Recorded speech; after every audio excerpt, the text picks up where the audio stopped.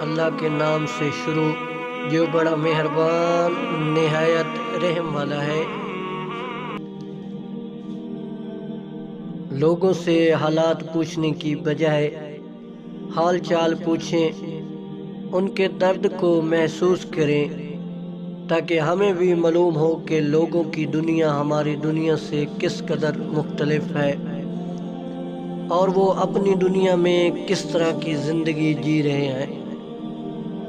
بیکار جگہوں پر اپنے جذبات ضائع مت ہونے دیں، انہیں سنبھالیں ورنہ یہ آپ کی زندگی کو کھوکھلا کر دیں گے۔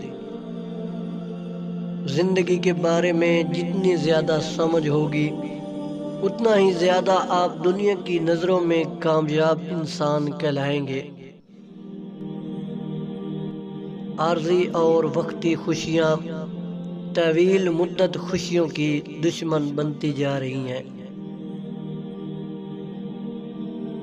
رشتوں کی قدر ان کی زندگی میں کریں ورنہ تصویریں کہاں کسی کی کمی کو پورا کر سکتی ہیں۔ زندگی میں سب کچھ حاصل نہیں ہوتا، کسی کا کاش اور کسی کا اگر رہ ہی جاتا ہے۔ دھوکے کی خاصیت یہ ہے کہ دینے والا اکثر خاص ہوتا ہے۔ اینٹوں کے جڑنے سے مکان اور مکان میں رہنے والوں کے دل جڑنے سے گھر بنتے ہیں۔ زندگی میں اپنا پن تو ہر کوئی دکھاتا ہے، لیکن اپنا ہے کون یہ وقت بتاتا ہے۔